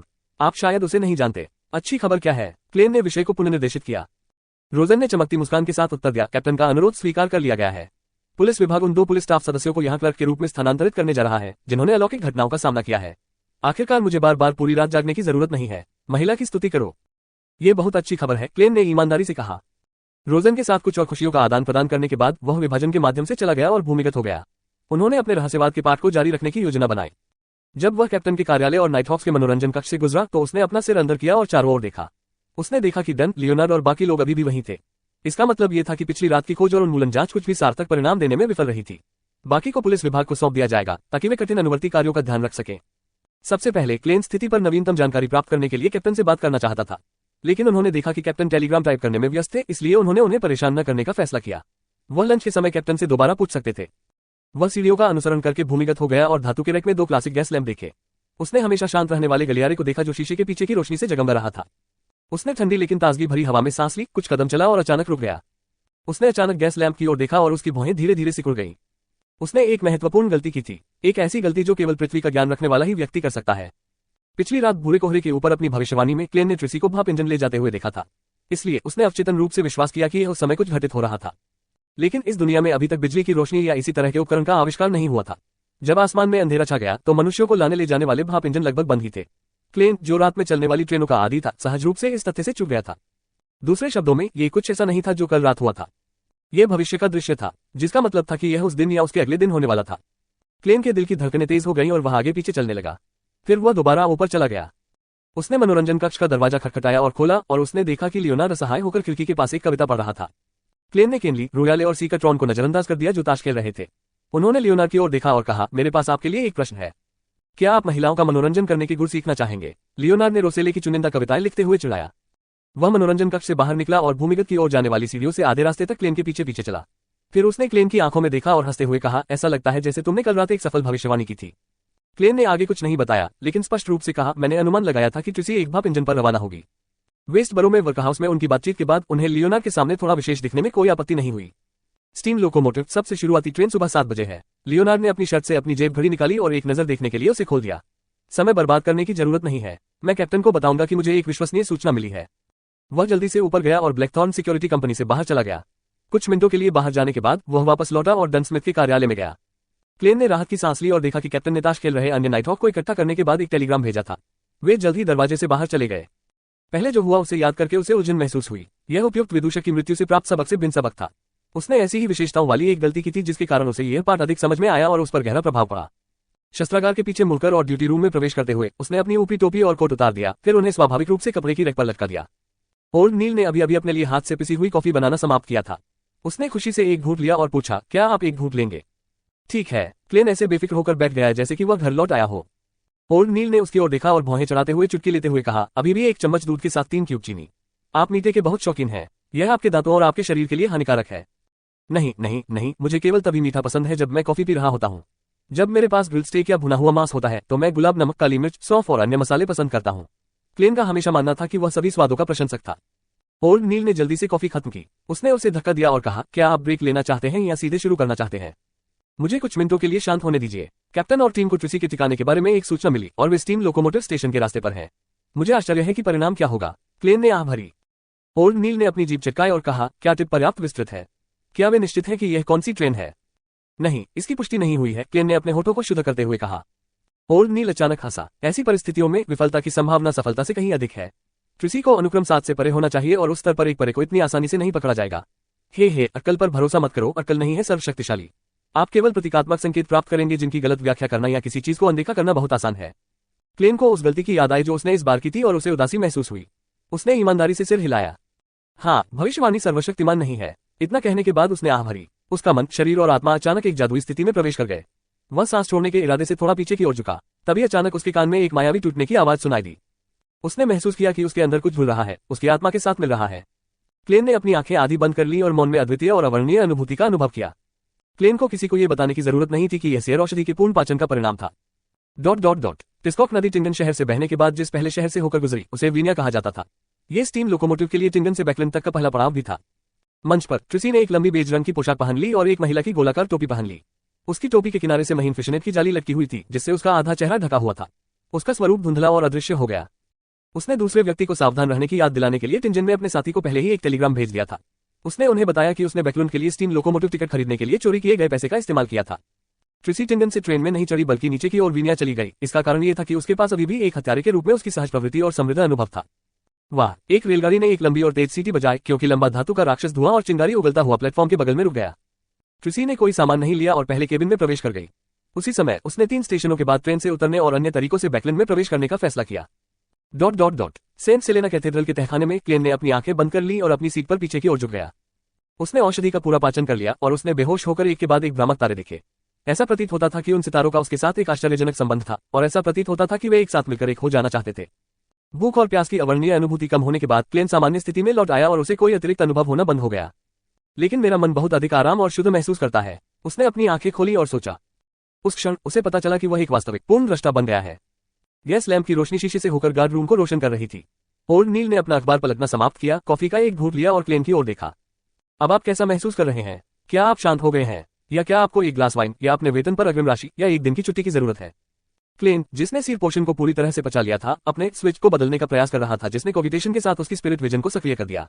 वह नहीं चाहता था कि यह बहुत अधिक स्पष्ट हो। अब उसे अपनी आत्मा दृष्टि को सक्रिय करने के लिए किसी भौतिक गति पर निर्भर रहने की आवश्यकता नहीं रही। इसलिए वह अपने लक्ष्य को प्राप्त करने के लिए अधिक गुप्त दृष्टिकोण का उपयोग कर सकता है। उदाहरण के लिए अपनी मध्यमा उंगली के जोड़ों को अपने अंगूठे से तेजी से सहलाना या अपनी बाईं दाढ़ से 2 बार क्लिक करना। क्लेन ने उन स्थितियों पर विचार किया जिनमें उसे एक हाथ में रिवॉल्वर और दूसरे हाथ में बेत रखते हुए अपनी स्पिरिट विजन का उपयोग करने की आवश्यकता थी। आखिरकार वह अपनी दाढ़ पर क्लिक करने पर सहमत हुआ। उनकी बाईं दाढ़ का उपयोग स्पिरिट विजन को सक्रिय करने के लिए किया जाएगा और उनकी दाहिनी दाढ़ का उपयोग इसे निष्क्रिय करने के लिए किया जाएगा। बार बार खुद को सुझाव देने के बाद उन्होंने बदलाव पूरा किया। फिर उसने अपनी आंखें खोली और मुस्कुराया। मैं केवल कैप्टन के ऑपरेशन के बारे में बहुत चिंतित था। मुझे खुद को शांत करने की जरूरत नहीं है। उसी समय उन्होंने अपनी बाईं दाढ़ पर 2 बार क्लिक किया और अपनी स्पिरिट विजन को सक्रिय करने का प्रयास किया। वह जल्द से जल्द इस पद्धति से परिचित होना चाहता था। खांसी, खांसी, खांसी। बूढ़ा नील जोर जोर से खांसने लगा। वह तब तक खांसता रहा जब तक उसका चेहरा पकी हुई झींगा मछली की तरह लाल नहीं हो गया। क्या हुआ? क्लेन चिंता में पूछने से पहले ही टिटक गया। उन्होंने ओल्ड नील की आभा को गंभीरता से स्कैन किया, केवल ये देखने के लिए कि उनके स्वास्थ्य का प्रतिनिधित्व करने वाले रंग अभी भी सामान्य थे, केवल उनके उम्र के कारण थोड़े फीके थे। ओल्ड नील को राहत मिलने से पहले लगभग 20 सेकंड तक खांसी हुई। उसने अपने कप कॉफी को टटोला और धीरे से एक घूंट पी लिया। हर कोई गलतियां करता है। अभी मेरा पेट घुट गया। क्या हम आज के लिए रहस्यवाद का पाठ शुरू करें? ठीक है। क्लेन ने चुपचाप अपनी दाहिनी दाढ़ पर 2 बार क्लिक किया। क्लेन खुश था, फिर भी निराश था कि उसने अपनी भविष्यवाणी से 1 या 2 सप्ताह पहले सिर औषधि को पूरी तरह से पचा लिया था। वह स्वाभाविक रूप से खुश था कि वह नियंत्रण खोने के जोखिम से मुक्त हो गया था और जल्द ही आगे बढ़ेगा और भी अधिक ब्यूटर शक्तियां प्राप्त करेगा। ये कुछ ऐसा था जिसे लेकर कोई भी खुश और उत्साहित होगा। लेकिन वह निराश भी था क्योंकि इससे उसकी योजनाएं और कार्यक्रम बाधित हो गए थे। इस तथ्य पर विचार करते हुए कि उसे अभी भी कुछ समय के लिए टिंगन नाइटहॉक्स के साथ रहना था, क्लेन ने सोचा कि गुप्त रूप से क्लाउन की ओर बढ़ना सबसे बुद्धिमान विकल्प नहीं था। यदि उसने ऐसा किया तो उसे लगातार उजागर होने का डर सताता रहेगा और जब मिशन होंगे तो वह अपनी क्षमताओं का उपयोग करने में असमर्थ होगा, जिससे यह उसके लिए और भी खतरनाक हो जाएगा। उन्होंने स्पिरिट मीडियम दिल्ली से सीखने और उच्च अधिकारियों को एक आवेदन प्रस्तुत करने की योजना बनाई। सीक्वेंस 8 नाइटहॉक में आधिकारिक तौर पर आगे बढ़ने से पहले वह नुस्खा और असाधारण सामग्री प्राप्त करने के लिए अपने योगदान का उपयोग करेंगे। लेकिन 1 महीने में और 1 साल में औषधि ग्रहण करने में अंतर था। क्लेन पवित्र कैथेड्रल की जांच को सहन कर सकता था और पोषण के लिए एक प्रतिभा बन सकता था, लेकिन वह नहीं चाहता था कि उच्च अधिकारी उस पर संदेह करें। उसे अपनी परिस्थितियों को स्पष्ट करने के लिए एक ठोस कारण खोजने की आवश्यकता थी। उसने कैप्टन के साथ कुछ नींव रखने के लिए सिर पोषण के पूरी तरह से पचने से पहले के समय का उपयोग करने की योजना बनाई थी। उदाहरण के लिए वह उल्लेख करेगा कि जब भी वह डिविनेशन क्लब में जाता है तो उसे लगता है कि उसकी आध्यात्मिकता अधिक सक्रिय हो गई है, या एक दृष्टा के नियमों का लापरवाही से वर्णन करने का नाटक करता है जो उसने अन्य लोगों को उनके भाग्य को दिव्य बनाने में मदद करने से प्राप्त किया था। वह ये भी उल्लेख कर सकता है कि उसने ऐसी कोई आवाज नहीं सुनी जो उसे नहीं सुननी चाहिए, या ऐसी चीजें नहीं देखी जो उसकी आंखों के लिए नहीं है। इस तरह नाइटहॉक्स के उच्च अधिकारी सोचेंगे कि उसने अपना मिशन पूरा करते समय अनजाने में दिल्ली से कुछ सीखा था और उसकी तुलना में अधिक गहन काम किया था। इससे उच्च अधिकारियों को कानूनों का सारांश बनाने और कार्य पद्धति की खोज करने पर अधिक ध्यान केंद्रित करने में मदद मिलेगी, जिससे क्लेन पर संदेह कम हो जाएगा। इस तरह मैं कैप्टन और बाकी लोगों को अभिनय पद्धति के बारे में सीखने में भी मदद कर सकता हूँ। क्लेन ने अपने मन में कहा। उनका मानना था कि डन स्मिथ एक अच्छे कप्तान थे। उनकी कमजोर याददाश्त के अलावा उनमें कोई स्पष्ट दोष नहीं था। इस प्रकार वह डन के नियंत्रण खोने के जोखिम को कम करना और उसे अधिक शक्तिशाली बनाना चाहता था। बेशक किसी भी जोखिम से बचने के लिए क्लेन 1 साल के बाद भी आवेदन करना चुन सकता है, लेकिन निरंतर संयोगों और स्वप्न में दिखाई देने वाली लाल चिमनी ने उन्हें जल्द से जल्द अपनी क्षमताओं में सुधार करने के अलावा कोई विकल्प नहीं दिया। मैं औपचारिक रूप से अपना अनुरोध प्रस्तुत करने से पहले अगले 2 हफ्तों में कैप्टन के साथ 3 या 4 बार नींव रखूंगा। साथ ही मैं ये देखने के लिए भूमिगत बाजार में जा सकता हूं कि क्या कोई आवश्यक असाधारण सामग्री है या नहीं। वे शायद बहुत महंगे होंगे। क्लेन ने तुरंत निर्णय लिया और अपना ध्यान एक बार फिर रहस्यवाद के पाठों पर केंद्रित किया। जैसे ही दोपहर के भोजन का समय धीरे धीरे नजदीक आया, समय तेजी से बीत गया। ओल्ड नील ने अपनी कॉफी खत्म की और हंसते हुए मेज पर रखा सामान साफ किया। आपका रहस्यवाद का पाठ जल्द ही समाप्त हो जाएगा। अभी के परीक्षण से ऐसा प्रतीत होगा कि आप अब अपने लिए आकर्षण बना सकते हैं। अगले कुछ दिनों के लिए यही मेरी योजना है। क्लेन ने संतुष्ट आह भरी। आकर्षण उन सुरक्षात्मक ताबीजों से भिन्न थे जो उसने बेंसन और मेलिसा को दिए थे। उन्हें अनुष्ठानिक जादू की मदद से तराशने की जरूरत थी और उनमें कुछ अनोखी क्षमताएं थी जिनका उपयोग युद्ध में किया जा सकता था। लेकिन एक निम्न श्रेणी का आकर्षण सब कुछ नहीं कर सकता। इसमें मौजूद आध्यात्मिकता समय के साथ कम हो जाती थी और इसे हर 2 सप्ताह में एक बार नवीनीकृत करना पड़ता था। इसके अलावा उन्हें विशिष्ट मंत्रों के साथ उन्हें सक्रिय करने की आवश्यकता थी। उन्हें इच्छानुसार उपयोग करना असंभव था। इसके अलावा नाइटहॉक्स द्वारा संचालित आकर्षण अभी भी एवरनाइट देवी के डोमेन तक ही सीमित थे। क्लेन फिलहाल केवल 3 अलग अलग प्रकार के आकर्षण बना सका। पहला स्लंबर चार्म था और इसका प्रभाव डन स्मिथ और लियोनार्ड मिशेल की अपनी गायकी से किसी को सुलाने की क्षमता के समान था। दूसरा रिक्वीम चार्म था जो भूतों, आत्माओं, लाशों और इसी तरह की चीजों को शांत करने में सक्षम था। ये कुछ हद तक तामसिक और बुरी आत्माओं से भी निपट सकता है। आखिरी था ड्रीम चार्म। इसकी क्षमताओं ने मालिक को किसी और के सपने में प्रवेश करने की अनुमति दी। ये क्षमताएं मिडनाइट पोएट और स्लीपलेस सीक्वेंस की दुष्वप्न की क्षमताओं के समान थी, इसलिए डन और लियोनार्ड के पास इन आकर्षणों का कोई उपयोग नहीं था। Corpus collector fry, sleepless royal और केनली अपने साथ 1 या 2 लोग लाते थे, लेकिन उन्हें लंबे समय से उनकी आवश्यकता नहीं थी। वे बार बार अपने आकर्षण ओल्ड नील के पास लाते थे ताकि वह उन्हें रिचार्ज कर सके। ओल्ड नील ने क्लेन की ओर देखा और मुस्कुराया। मुझे याद है आपने कहा था कि आपने इस महीने बहुत अभ्यास किया है और सामग्री खत्म हो गई है। क्या आप भूमिगत बाजार जा रहे हैं? क्लेन पहले तो अचंभित रह गया और फिर उसने दुखी मन से सिर हिलाया। हाँ, उन्हें सामग्रियों की कीमतें स्पष्ट रूप से पता थी। वह केवल यह आशा कर सकता था कि वह सामग्री बर्बाद करने के बजाय अपने पहले प्रयास में ही आकर्षण बनाने में सफल हो गया। दोपहर के भोजन को भूमिगत लाने के मिशन के साथ प्रस्तुत होने के बाद क्लेन ने दूसरी मंजिल पर ब्लैकथॉर्न सिक्योरिटी कंपनी में लौटने से पहले अपनी जैकेट और टोपी पहन ली, हाथ में बेद। जैसे ही वह मनोरंजन कक्ष के पास से गुजरा, उसने देखा कि लियोनार्ड और बाकी लोग पहले ही लौट आए थे और अपने दोपहर के भोजन का आनंद ले रहे थे। दस्तक दस्तक दस्तक, उसने कैप्टन का दरवाजा खटखटाया। कृपया अंदर आएं, डन की मधुर आवाज सुनाई दी। क्लेन ने धक्का देकर दरवाजा खोला और अपनी टोपी उतार दी। कैप्टन, क्या आपने भड़काने वाले ट्रिसी को पकड़ लिया? डन ने अपनी कनपटी को रगड़ा और थकावट से अपना सिर हिलाया। हमें वह टिंगन स्टेशन पर नहीं मिली, लेकिन बैकलिन से हमें मिले टेलीग्राफ के अनुसार एक यात्री ने उसे सबसे शुरुआती ट्रेन की प्रथम श्रेणी गाड़ी में देखा था। अफसोस की बात है कि वह यात्रा के बीच में ही उतर गई। कितना अफसोसजनक है, क्लेन ने आह भरी। भले ही उसे इसकी उम्मीद थी। भविष्यवाणी सर्वशक्तिमान नहीं है। डन की पूरी आंखें उसके सामने से गुजर गईं। उदास होने की कोई जरूरत नहीं है। सीक्वेंस 7 बियॉन्डर को पकड़ना आसान नहीं है। कम से कम हमने ट्रिसी के बुरे अनुष्ठान को तोड़ दिया और कम से कम 40 निर्दोष लोगों की जान बचाई। इसके अलावा हम अब उसकी स्थिति को समझते हैं। वह अब और नहीं कर सकती। वह जैसा चाहती है वैसे अपराध करती है। अगर वह कुछ ऐसा ही करने की कोशिश करती है तो उस पर ध्यान दिया जाएगा, खोजा जाएगा और किसी भी समय रिपोर्ट की जाएगी। देर सवेर उसे नाइटहॉक्स, मैंडेटेड पेनिशेस या मशीनरी हाइव माइंड द्वारा पकड़ लिया जाएगा। यह भी संभव है कि वह मार दिया जाएगा। आइए आशा करते हैं कि ऐसा ही हो। देवी हमें आशीर्वाद दें। क्लेन ने अपनी छाती पर लाल चांद बनाया। इसके बाद वह रुके और अपने शब्दों पर विचार किया। कैप्टन, मैंने 1 सप्ताह से अधिक समय से अवांछित आवाजें नहीं सुनी हैं या अवांछित दृश्य नहीं देखे हैं। साथ ही यह तब भी सच है जब मैं कोगिटेशन में हूं या अपनी स्पिरिट विजन का उपयोग कर रहा हूं। वास्तव में, डन ने हैरान होकर अपनी भौहें सिकोड़ ली। क्लेन ने तुरंत विस्तार से बताया, मुझे लगता है कि मैं सियर पोशन पर पूर्ण नियंत्रण हासिल करने से बहुत दूर नहीं हूं। यह डिविनेशन क्लब में मेरे लगातार दौरे और दूसरों को अपना भाग्य बताने में मदद करने के कारण हो सकता है। आप ऐसा क्यों सोचते हैं? डन ने तुरंत अपनी बैठने की मुद्रा बदल दी। उसकी अभिव्यक्ति खो गई। क्लेन ने अपने वाक्य में हकलाहट जोड़ दी। जब भी मैं डिविनेशन क्लब में जाता हूं, मैं महसूस कर सकता हूं कि मेरी आध्यात्मिकता अधिक सक्रिय हो रही है और हर बार जब मैं किसी को कुछ दिव्य करने में मदद करता हूं तो मेरा दिल, शरीर और आत्मा अधिक शांत हो जाते हैं। मैं एक सेट भी लेकर आया हूं। ठीक है, एक दृष्टा के लिए नियमों का एक सेट। मैं इसका सख्ती से पालन कर रहा हूं, ठीक उसी तरह जैसे एक मिस्ट्री प्राय। आप जो चाहे कर सकता है, लेकिन कोई नुकसान नहीं पहुंचा सकता। मुझे इस कहावत से प्रेरणा मिली और मैंने इसे अपनाने की कोशिश की। सीएस के लिए डिजाइन की गई एक कहावत। मुझे लगता है कि यह बियॉन्डर्स को अपनी शक्ति पर तेजी से नियंत्रण हासिल करने और नियंत्रण खोने के जोखिम को कम करने में मदद करने का एक प्रभावी तरीका हो सकता है। बिल्कुल मैडम डेली की तरह, जो हमेशा से एक स्पिरिट मीडियम रही हैं। ये पता नहीं चला कि डन ने कब अपना पाइप निकाला था। उसने उसे अपनी नाक पर रखा और एक कश लगाया। कुछ मिनटों के लिए सोचते सोचते वह क्लेन के बारे में भूल गया। एक उल्लेखनीय अनुमान और एक दिलचस्प परीक्षण। क्लेन इस बार अंतर्निहित कारण स्थापित करने के लिए इसका केवल संक्षेप में उल्लेख करना चाहता था, इसलिए उसने आगे कुछ नहीं कहा। वह आधे मजाक वाले लहजे में बदल गया और कहा, शायद मैं करूंगा सीक्वेंस 9 पोशन पर नियंत्रण हासिल करने वाला इतिहास का सबसे तेज नाइटहॉक बने। देवी आप पर नजर रखें। डन ने उसे गंभीरता से न लेते हुए आशीर्वाद दिया। फिर वह एक बार फिर गहरी सोच में पड़ गया। ये देखकर क्लेन पीछे मुड़ा और कैप्टन के कार्यालय से निकलने से पहले उसने अलविदा कहा। वह कमरे का दरवाजा बंद कर रहा था जब उसे अचानक एक और कठिन प्रश्न का ख्याल आया। आखिर वह एक विदूषक के रूप में कैसे कार्य करने जा रहा था? क्या मुझे सर्कस में शामिल होना चाहिए? टिंडन में कोई निश्चित सर्कस नहीं है, वे सभी घूमने वाले हैं। क्लेन की अभिव्यक्ति थोड़ी कड़वी हो गई। दृष्टा होना अभी भी एक सम्मानजनक व्यवसाय था। क्लेन अभी भी अपना सिर ऊंचा रखने में सक्षम होगा, भले ही उसे किसी जानने वाले ने देख लिया हो। लेकिन अगर वह विदूषक बन गया तो उसकी प्रतिष्ठा किसी भी तरह से नहीं बचेगी। शायद जोकर के रूप में अभिनय करने के अन्य तरीके भी हैं। जब ईशनिंदा स्लेट दुनिया के सामने आई थी तब कोई सर्कस या जोकर नहीं थे। इसे भूल जाओ, मुझे अगले 2 या 3 सप्ताह तक आगे बढ़ने का मौका नहीं मिलेगा, इसलिए अभी इस पर विचार विमर्श करने की कोई आवश्यकता नहीं है। क्लेन ने सवाल टाल दिया और रिसेप्शन क्षेत्र की ओर चला गया। वह अपना और ओल्ड नील का दोपहर का भोजन लाने के लिए रोजन, श्रीमती और याना और ब्रैड की ओर चला। दोपहर का खाना खाने के बाद क्लेन ने केवल आधे घंटे के लिए आराम किया और फिर अपनी रिवॉल्वर के साथ अभ्यास करने के लिए शूटिंग क्लब में चला गया। उसने रत्ती भर भी आराम करने की हिम्मत नहीं की। दिन ब दिन अपने शूटिंग कौशल का अभ्यास करने और 1000 से अधिक गोलियां खर्च करने के बाद वह अंततः डन स्मिथ की बुनियादी स्वीकृति प्राप्त करने के लिए पर्याप्त रूप से अच्छी तरह से शूटिंग कर रहा था। वह निश्चित लक्ष्य निशानेबाजी में बहुत अच्छे थे। कुछ देर तक अभ्यास करने के बाद उन्होंने अपनी रिवॉल्वर हटा दी और सार्वजनिक गाड़ी को अपने लड़ाकू शिक्षक गवेन के घर के पास रोक दिया। फिर वह दरवाजे पर पहुंचने से पहले 10 मिनट तक चलता रहा। उसने अपना नाइट ट्रेनिंग सूट पहन लिया जिसे धूप में सूखने के लिए छोड़ दिया गया था। दौड़ने, रस्सी कूदने, वजन उठाने, बैठने और अन्य व्यायामों के बाद फुटवर्क और पंचिंग प्रशिक्षण का तो जिक्र ही नहीं। वह पसीने से लथपथ था और थका हुआ महसूस कर रहा था। 15 मिनट का ब्रेक ले लो। गवेन के सुनहरे सफेद बाल और गहरी चेहरे की रेखाएं उसे कठोर और कठोर बनाती थी। उसने अपनी जेब घड़ी निकाली और समय देखने के लिए उसे पलट दिया। जब से उन्होंने पहली बार प्रशिक्षण शुरू किया, उन्होंने अंततः अपनी चुप्पी बनाए रखी। उन्होंने क्लेन से केवल तभी बात की जब प्रशिक्षण के तरीकों को बदलने या क्लेन की गलतियों में से किसी एक को सुधारने की आवश्यकता हुई। क्लेन हवा के लिए हाँफ रहा था, लेकिन उसने तुरंत आराम करने की हिम्मत नहीं की। वह धीरे धीरे आगे पीछे चलने लगा। उनके युद्ध प्रशिक्षण की सबसे सीधी प्रतिक्रिया ये थी कि वह बहुत अधिक चमड़े वाले थे। सूरज की रोशनी में उसकी त्वचा पीतल की हो गई थी। गवेन ने अपनी जेब घड़ी हटा दी और अपने घर के पीछे कच्चे प्रशिक्षण मैदान के पास खड़ा हो गया। जब उसने क्लेन को शांत होते देखा तो उसने अपनी बाहें पार कर ली। वह संगमरमर की मूर्ति की तरह शांत था। शिक्षक, मुकों से लड़ने के अलावा क्या आप मुझे सीधी तलवार, ब्रॉडस्वॉर्ड, रैपियर और भले का उपयोग करना सिखाएंगे? क्लेन ने सक्रियता से पूछा। वह अच्छे मूड में था क्योंकि उसने अभी सीर औषधि को पचाया था।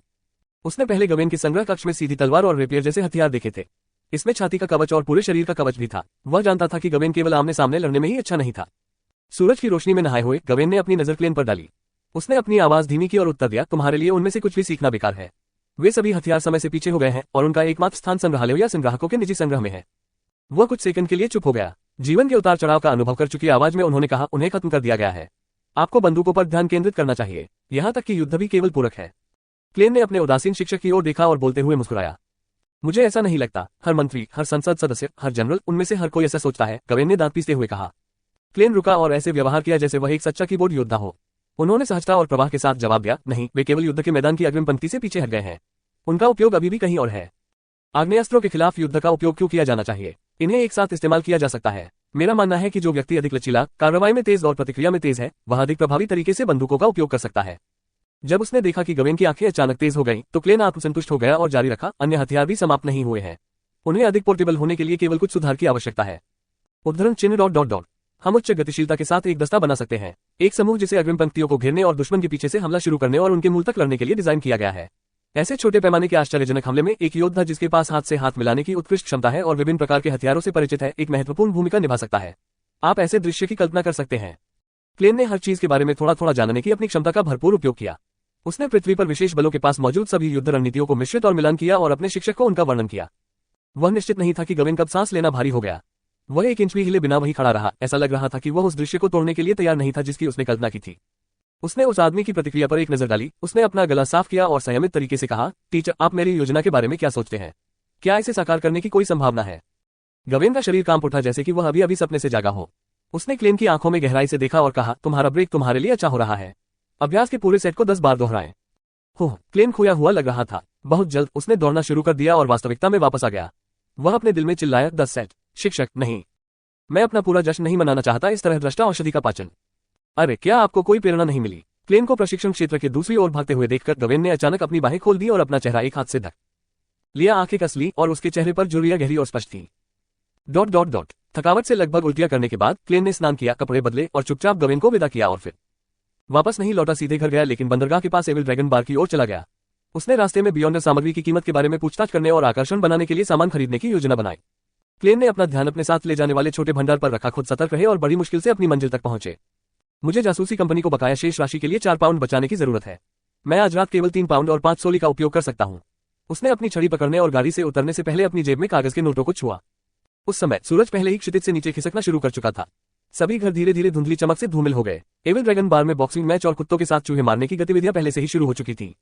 बिलियर्ड रूम और कई कमरों से गुजरने के बाद क्लेन अंततः भूमिगत बाजार में प्रवेश कर गया। उसने बाईं और दाईं ओर देखा, लेकिन उसे मॉन्स्टर एडेमिसॉल नहीं दिखा जो हमेशा वहां सक्रिय रहता था। क्या और नील ने यह नहीं कहा कि एडेमिसॉल केवल इसलिए जीवित रहने में कामयाब रहा क्योंकि एविल ड्रैगन बार का मालिक उसे खाना खिलाता है? क्लेन ने उत्सुकता से खुद से पूछा। नाइटहॉक के रूप में वह ऐसे मामलों के प्रति सतर्क रहे। वह दरवाजे की रखवाली कर रहे हटे कट्टे आदमी के पास गया और पूछा, एडेमिसॉल कहाँ है? पृष्ठपुष्ट व्यक्ति ने बिना मुस्कुराए उत्तर दिया, मुझे नहीं पता कि वह कहाँ सो रहा है। वह हाल ही में ऐसा ही रहा है। वह कांपते हुए लेट जाता है और चिल्लाता है, मर गए, सभी लाशें, सभी को मरना है। उसने क्या दृश्य देखे इस समय? किस बात ने उसे प्रेरित किया? क्लेन ने अपनी भौहें थोड़ी सी टेढ़ी की और अधिक जानकारी मांगी। वह जानना चाहता था कि एडेमिसॉल कहाँ सो रहा है, लेकिन गार्ड को भी नहीं पता था। जब मेरा काम पूरा हो जाएगा तो मैं भविष्यवाणी के माध्यम से उसकी तलाश करूंगा कि वह क्या कर रहा है। इस पर ध्यान देने के बाद क्लेन ट्रेडिंग मार्केट के अंत में 2 कमरों में से एक की ओर चला गया। और नील के अनुसार बाईं ओर का कमरा ऋण और पुनर्भुगतान के लिए था, जबकि दाईं ओर का कमरा बियॉन्डर सामग्री सहित कीमती वस्तुओं की खरीद और बिक्री के लिए था। जब उसने दाहिनी ओर के कमरे में प्रवेश करने के लिए दरवाजा खोला तो क्लेन को एहसास हुआ कि एक विभाजन था जो इसे 2 स्थानों में विभाजित करता था, अंदर और बाहर। बाहर 3 और ग्राहक इंतजार कर रहे थे। उसने अपनी रेशमी टोपी नीचे की और तीनों ग्राहकों के पीछे कतार में खड़ा हो गया। उसने अपने शरीर को आगे की ओर झुकाया और बेद का सहारा लेते हुए चुपचाप प्रतीक्षा करने लगा। जल्द ही विभाजन का दरवाजा खुला और नीले भूरे हावक कार्यकर्ता की वर्दी में एक ग्राहक बाहर आया। उसने अपना सिर नीचा रखा और जल्दी से चला गया। क्लेन ने हल्के से अपनी बाईं दाढ़ पर 2 बार क्लिक किया और स्पिरिट विशन वाले व्यक्ति की ओर देखा। फिर उसने अन्य 3 ग्राहकों की ओर देखा। लोगों को होने वाली सामान्य छोटी मोटी बीमारियों के अलावा उनमें कुछ भी गलत नहीं था। अगले 10 मिनट के बाद अंततः उसकी बारी थी। उसने दरवाजा खोला और उस कमरे में प्रवेश किया जो मिट्टी के तेल के लैंप से जल रहा था। उसने दरवाजा बंद कर दिया और वह सीट ले ली जो ग्राहक की थी। उसने अपने सामने काली टोपी पहने बूढ़े आदमी की ओर देखा। मैं जानना चाहूंगा कि आपके पास बियॉन्डर की कौन सी सामग्रियां हैं और वे किस कीमत पर बेची जा रही हैं। बुजुर्ग के गालों की मांसपेशियां झुकी हुई थी और आंखों के किनारों पर झुर्रियां गहरी थी, लेकिन उनका शरीर सुगठित था। उन्हें क्लेन का अनुरोध अजीब नहीं लगा क्योंकि कई ग्राहक ये पुष्टि करने से पहले कि विक्रेता के पास यह उपलब्ध है, किसी अन्य व्यक्ति को यह बताने को तैयार नहीं थे कि वे क्या खरीदना चाहते हैं। आमतौर पर वे सभी विकल्पों से परिचित होना चाहते थे। बूढ़े आदमी ने नोटबुक के नए पन्ने पलटे, एक नजर क्लेन पर डाली और अपनी हनी वाइन का एक घूंट लिया। इससे पहले उसने कहा, वाटर घोस्ट के मस्तिष्क के ऊतकों की कीमत 3 से 15 पाउंड तक होती है। यह इस बात पर निर्भर करता है कि यह कितना बरकरार है। स्टार क्रिस्टल 150 पाउंड प्रति 50 ग्राम, एक क्वीन बी ग्रास के लिए 200 पाउंड, एक वयस्क काले धब्बेदार मेढक के लिए 170 पाउंड, मानव चेहरे वाले गुलाब के लिए 280 पाउंड, लेकिन केवल एक ही है। क्लेन ने अपनी भावनात्मक प्रतिक्रिया को नियंत्रित किया। बूढ़े व्यक्ति का परिचय सुनने के बाद उसे आश्चर्य हुआ कि इस तरह के एक भूमिगत व्यापारिक स्थान में 30 से भी कम बियॉन्डर सामग्रियां थी। जैसे ही उसने अपनी जेब में 7 पाउंड के नोटों को छुआ और 1000 पाउंड के प्रति मिस जस्टिस के रवैये के बारे में सोचा, उसने आह भरी। दुर्भाग्य से मुझे कुछ भी नहीं चाहिए। बुजुर्ग द्वारा कोई और प्रश्न पूछे जाने की प्रतीक्षा किए बिना वह तेजी से मुड़कर दरवाजा खोला और बाहर निकल गया। वह भूमिगत बाजार में लौट आया और चारों ओर शून्य दृष्टि से देखने लगा। वह कुछ देर वहीं खड़ा रहा और कड़वी मुस्कान के साथ आह भरता रहा। मैं संभवतः सभी गुप्त संगठनों में सबसे गरीब बॉस हूँ। उसने नाइटहॉक से आंतरिक रूप से या जस्टिस या द हैंडमैन के साथ आदान प्रदान के माध्यम से सामग्री प्राप्त करने के उसके संकल्प को मजबूत किया। 2 बार भूमिगत बाजार का चक्कर लगाने के बाद क्लेन ने आकर्षण बनाने के लिए सामग्री चुनी और खरीदी, जैसे आंशिक रूप से तैयार चांदी का टुकड़ा, अनुष्ठानों के लिए आवश्यक हर्बल पाउडर और प्राकृतिक अयस्क। उन्होंने कुल मिलाकर 1 पाउंड और 15 सोली खर्च किए। मेरे निजी भंडार में केवल 5 पाउंड 10 सोली बचे हैं। जासूस को अंतिम भुगतान को छोड़कर मेरे पास अभी भी 1 पाउंड 10 सोली है।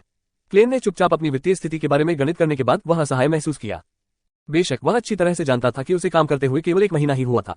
यदि समयावधि 1 वर्ष तक बढ़ा दी गई होती तो उसे 100 पाउंड से अधिक की बचत करने में सक्षम होना चाहिए था। अगले 2 हफ्तों में मुझे बेंसन और मेलिसा को बताना होगा कि मुझे 3 पाउंड तक वेतन वृद्धि मिल गई है। हम एक नौकरानी रख सकते हैं, लेकिन मेरे पास अब पैसे का निजी भंडार नहीं होगा। क्लेन ने सोचा भूमिगत बाजार से बाहर निकलने की ओर चल दिया। तभी उसने और नील को अपने क्लासिक काले लिबादे में धीरे धीरे प्रवेश करते देखा। सब कुछ पा लिया? और नील ने हंसकर स्वागत किया। हाँ, क्लेन ने स्पष्टता से उत्तर दिया। और नील ने तुरंत कहा, तुम सचमुच जल्दी आ गए। ऐसा इसलिए है क्योंकि मैं अभी भी भूखा हूं, लेकिन आपने पहले ही अपना खाना खा लिया है। क्लेन ने और नील के साथ सहजता से बातचीत की। थोड़ी देर के बाद एविल ड्रैगन बार का बॉस स्वैन अपने ऊपर नौसेना अधिकारी की वर्दी लपेटे हुए अंदर आया। वह गंभीरता का मुखौटा पहनकर उन दोनों के पास आया और अपनी आवाज धीमी कर ली। मुझे आपकी मदद की जरूरत है। क्या हुआ? और नील अचानक गंभीर हो गया और क्लेन अपने दिल की धड़कनों पर एक खिंचाव महसूस करने से खुद को नहीं रोक सका। स्वैन के पूरे बाल अस्त व्यस्त थे और उसकी सांसों में शराब की तेज गंध आ रही थी। उन्होंने धीमी आवाज में उत्तर दिया, मैंडेटेड पनिशर्स के एक सदस्य ने पास में नियंत्रण खो दिया है। इससे पहले कि वह किसी आम आदमी को नुकसान पहुंचाए, हमें उसे खत्म करना होगा। नियंत्रण खोना। जब क्लेन ने अपना प्रश्न लगभग स्पष्ट कर दिया तो उसका दिल पसीज गया। हालांकि डन और ओल्ड नील ने अक्सर नियंत्रण खोने की संभावनाओं और इससे होने वाले नुकसान पर जोर दिया था, यह पहली बार था जब वह इस तरह की घटना का अनुभव कर रहा था। वह थोड़ा भयभीत, थोड़ा खोया हुआ, थोड़ा डरा हुआ और थोड़ा उदास महसूस कर रहा था। उन्हें बेहद मिश्रित भावनाएं महसूस हुई। जिन मामलों से हमें हर साल निपटना पड़ता है उनमें से 1/4 मामले बियॉन्डर्स के नियंत्रण खोने के परिणाम थे, और उन 1/4 मामलों में से उनमें से एक बड़ी संख्या हमारे टीम के साथियों की होती है। डन के शब्द क्लेन के दिमाग में कौंध गए, जिससे उसकी प्रतिक्रिया धीमी हो गई। और नील, जिसने इस तरह की कई घटनाओं का अनुभव किया था, ने तुरंत पूछा, रैम्पेजर कहाँ है? आपको हमसे क्या करने की जरूरत है? ये सुनकर क्लेन हैरान रह गया। उनका मानना था कि ओल्ड नील जैसा घटिया अर्ध सेवानिवृत्त कर्मी स्वयं के अनुरोध को अस्वीकार करने या उसकी मदद के बदले में बड़ी रकम वसूलने का बहाना ढूंढ लेगा। क्लेन ने कभी भी यह उम्मीद नहीं की थी कि ओल्ड नील नाइटहॉक्स और मैंडेटेड पुनिशर्स के बीच मतभेदों की परवाह किए बिना किसी हिचकिचाहट के भाग लेंगे। जब क्लेन ने गंभीर ओल्ड नील की ओर देखा तो उसे अचानक कुछ समझ आया। इससे कोई फर्क नहीं पड़ता कि वे नाइटहॉक्स, मैंडेटेड पुनिशर या मशीनरी हाइव माइंड थे। उनका उद्देश्य अलौकिक शक्तियों को निर्दोषों को नुकसान पहुंचाने से रोकना और टिंगन में शांति और स्थिरता बनाए रखना था। यदि उनके सामने कोई खतरनाक और अत्यावश्यक स्थिति आती तो उनकी कर्तव्य भावना उन्हें बिना किसी हिचकिचाहट के मदद करने के लिए प्रेरित करती। स्वेन ने संक्षेप में उत्तर दिया, मेरा सहारा बनो। उन्होंने यह नहीं बताया कि उस व्यक्ति ने नियंत्रण क्यों खो दिया या रैम्पेज कहां था। इसके बजाय उसने जल्दी से बाहर निकलने का रास्ता बना लिया। मैंडेटेड पुनिशर्स का ये पूर्व कप्तान स्पष्ट रूप से एक पुराना शराबी था, लेकिन क्लेन को एहसास हुआ कि वह उस आदमी की गति के साथ नहीं चल सकता। ये सुनिश्चित करने के लिए कि वह पीछे न रह जाए, उसे दौड़ने की जरूरत थी। उसने ओल्ड नील की ओर देखने के लिए अपना सिर घुमाया, तभी उसने ओल्ड मिस्ट्री प्रायर को दौड़ते हुए देखा। उन तीनों ने वहां जाते समय गार्ड की निगाहों पर कोई ध्यान नहीं दिया। उनमें से एक ने अपने ऊपर नौसेना की पुरानी वर्दी लपेट रखी थी, दूसरे ने गहरे रंग का क्लासिक लबादा पहन रखा था और दूसरे ने काले रंग का विंडब्रेकर पहन रखा था। वे बिलियर्ड रूम से बाहर निकलकर एविल ड्रैगन बार में घुस गए। जो ग्राहक शराब पी रहे थे, उनकी निगाह चूहे मारने की प्रतियोगिता से हटकर क्लेन एंड कंपनी पर केंद्रित हो गई। क्या वह बॉस स्वेन है? वह इतनी जल्दी कहां जा रहा है? क्या किसी ने अपना ऋण चुकाया नहीं? ... धीमी बुदबुदाहट के बीच कुछ ग्राहकों ने अपना ध्यान वापस पिंजरे पर केंद्रित किया। वे अपने दिन भर के तनाव को बाहर निकालते हुए एक बार फिर हंगामा करने लगे। हालांकि कुछ अधिक समझदार ग्राहकों को थोड़ी बेचैनी महसूस हुई। नल क्लेन, ओल्ड नील और स्वेन सड़क पार करके बंदरगाह जिले में प्रवेश कर गए। उस नाव पर स्वेन की गति धीमी हो गई और उसने कुछ ही दूरी पर स्थित एक मालवाहक जहाज की ओर इशारा किया। 2 आदेशित दंडक रैम्पेज के चारों ओर चक्कर लगा रहे हैं, उसे तुस्कोक नदी में प्रवेश करने से रोक रहे हैं। उसे प्रभावित करने और उसे नियंत्रण में लाने में मेरी मदद करें, बाकी मुझ पर छोड़ दें।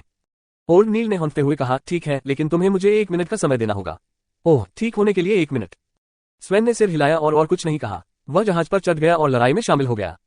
जहाज पर युद्ध की आवाजें सुनकर ओल्ड नील ने कुछ हद तक घबराए हुए क्लेन की ओर देखा। उसने अपनी कमर के पास छिपी जेब से एक बच्चे की हथेली के आकार का चांदी का टुकड़ा निकाला। इसके बाद उन्होंने क्लेन को चांदी दी और कहा, स्लम्बर चार्म। इस ताबीज को सक्रिय करने का मंत्र प्राचीन हर्मीस में एवरनाइट वाक्यांश है। जादू खत्म करने के बाद अपनी आध्यात्मिकता को आकर्षण में डालें और फिर इसे लक्ष्य पर फेंक दे 3 सेकंड। ठीक है। क्लेन ने आकर्षण पाने के लिए अपना हाथ बढ़ाया और भावुक हो गया। इस आकर्षण को दोनों तरफ हर्मीस मंत्रों के साथ साथ संबंधित प्रतीकों, पद संख्याओं और मंत्र की विशेषताओं के साथ उकेरा गया था। आकर्षण के भीतर बहने वाली गहरी, शांत शक्ति को महसूस करने के लिए उसे अपनी आध्यात्मिक दृष्टि को सक्रिय करने की आवश्यकता नहीं थी। ओल्ड नील सीधा खड़ा हो गया और उसने अपनी छुपी हुई जेब से वैसा ही एक ताबीज निकाला और अपनी हथेली में रख लिया। मालवाहक जहाज की ओर बढ़ते हुए उसने मजाक में कहा, ज्यादा घबराओ मत, आराम करो और कुछ और सोचो। उदाहरण के लिए, मैंने तुम्हें वह आकर्षण दिया है। यदि आप इसका उपयोग करने जा रहे हैं तो बदले में मेरे लिए एक बनाना याद रखें। बेशक आप ऐसा करने से पहले अगले महीने तक इंतजार कर सकते हैं, जब आपको सामग्री का नया कोटा प्राप्त होगा। यह वह वास्तव में अनुभवी ओल्ड नील है। क्लेन ने ताबीज को अपनी बाईं जेब में रखा, होल्स्टर में हाथ डाला, अपनी रिवॉल्वर निकाली और हथौड़े और ड्रम को समायोजित किया। मुझे अब उतनी घबराहट महसूस नहीं होती। उसके एक हाथ में बंदूक थी और दूसरे हाथ में बेत। वह ओल्ड नील के साथ सीढ़ियां चढ़ गया और मालवाहक जहाज पर चढ़ गया। इस मालवाहक जहाज पर पुराने होने के स्पष्ट निशान थे। हालांकि यह भाप से संचालित होता था और इसमें चिमनी थी, फिर भी इसने अपने मस्तूल और पाल जैसे पुराने उपकरणों को बरकरार रखा। इसके अलावा केवल इसकी सतह और कुछ अन्य हिस्सों पर धातु चढ़ाया गया था। जहाज के शेष हिस्से अभी भी लकड़ी के बने थे। जैसे ही लड़ाई की आवाज तेज हुई, क्लेन और ओल्ड नील ने केबिन में प्रवेश करने का रास्ता खोजते समय अचानक शोर के बीच एक तेज आवाज सुनी। लकड़ी का केबिन तुरंत टूट गया, उसके टुकड़े हर जगह उड़ गए। एक आकृति छेद के माध्यम से गिर गई और जहाज के किनारे पर दुर्घटनाग्रस्त हो गई। क्लेन के पास उस व्यक्ति की चोटों का मूल्यांकन करने के लिए समय नहीं था। उसकी नजर उस राक्षस पर केंद्रित थी जो छेद की ओर बढ़ रहा था। राक्षस की ऊंचाई 1.8 मीटर से अधिक थी और उसने फटी हुई शर्ट और पतलून पहन रखी थी। उसके टखने गहरे हरे रंग की पपड़ियों से ढके हुए थे और उसकी उंगलियों और पैर की उंगलियों के बीच त्वचा की एक परत बन गई थी, जैसे कि वे किसी जलीय जीव के जाल वाले अंग हों। इसका सिर झुर्रियों से ढका हुआ था, फिर भी बमुश्किल एक इंसान जैसा दिखता था। इसके तराजू पर एक चिपचिपा तरल पदार्थ लगा हुआ था जो लगातार फर्श पर टपकता रहता था। चटकना, गहरे हरे रंग के चिपचिपे तरल पदार्थ ने देख को थोड़ा सा संचारित कर दिया, जिससे पीछे दृश्यमान निशान रह गए। बम! स्वेन ने राक्षस को बगल से मुक्का मारा, जिससे वह 2 कदम लड़खड़ाकर किनारे जा गिरा। बम बम बम! स्वेन की हास्यास्पद मांसपेशियों के बावजूद वह स्पष्ट रूप से राक्षस से कमतर था। उसके मुखों और लातों के जुड़े होने के बावजूद वे उसके तराजू को तोड़ने और शारीरिक क्षति पहुंचाने में असमर्थ थे। लड़खड़ाते हुए स्वेन क्षण भर के लिए बुरी स्थिति में आ गया। यदि स्वेन की संतुलन की आश्चर्यजनक समझ और राक्षस को गोली मारने और दबाने के लिए अन्य आदेशित दंडकों के प्रयास नहीं होते, तो क्लेन को संदेह था कि इस नीली आंखों वाले बुजुर्ग को राक्षस ने पीट कर मार डाला होगा। गड़गड़ाहट गड़गड़ाहट गड़गड़ाहट! स्वेन कई कदम पीछे चला गया, फिर एक बार फिर आगे बढ़ा, जैसे कोई पतंगा आग की ओर बढ़ रहा हो। लेकिन क्लेन समझ सकता था कि वह कुछ इकट्ठा कर रहा था, किसी चीज का इंतजार कर रहा था। बम! स्वेन को पीछे हटने के लिए भेजा गया। उसका शरीर एक अन्य अनिवार्य पुनिशर के दृष्टि क्षेत्र को स्पष्ट कर रहा था। राक्षस ने इस अवसर का लाभ उठाते हुए उद्घाटन की ओर आक्रमण किया। यह जहाज से बचकर तुसोक नदी में कूदना चाहता था। राक्षस के झुर्रीदार चिपचिपे सिर को देखते हुए क्लेन ने अपना दाहिना हाथ उठाया और ट्रिगर खींच लिया। टकराना! जैसा कि उसने भविष्यवाणी की थी, चांदी के दानव शिकार की गोली राक्षस के शरीर पर लगी, लेकिन वह केवल उसके तराजू से टकराया था और उसके शरीर में पूरी तरह से घुसने में विफल रहा था। राक्षस ने अपने पैरों से ताकत लगाने और क्लेन पर झपट्टा मारने से पहले एक कानभेदी चीख निकाली। जब एक बदबूदार मछली की गंध उसके पास आए तो क्लेन अचानक नीचे झुक गया और एक तरफ लुढ़क गया। बजना! उसे जहाज हिलता हुआ महसूस हुआ क्योंकि जहाज के टुकड़े भी उससे टकराए थे। उसी समय उसने एक पुरानी लेकिन गहरी आवाज को प्राचीन हर्मीस में एक मंत्र पढ़ते हुए सुना, एवरनाइट। क्लेन 2 बार और पलटा। वह अपनी बेद की परवाह नहीं कर सका और उसने हड़बड़ाहट में अपना सिर और रिवॉल्वर उठा लिया। उसने देखा कि ओल्ड नील राक्षस के अविश्वसनीय रूप से करीब होने के बावजूद शांति से अपना आकर्षण बिखेर रहा था। चांदी के टुकड़े को तुरंत गहरे लाल रंग की लौ ने निगल लिया और विस्फोट की हल्की आवाज निकाली। एक गहरी शांत शक्ति फैल गई। राक्षस, जिसने दुकान के एक हिस्से को लगभग नष्ट कर दिया था, हिल गया। इसकी चाल सुस्त हो गई।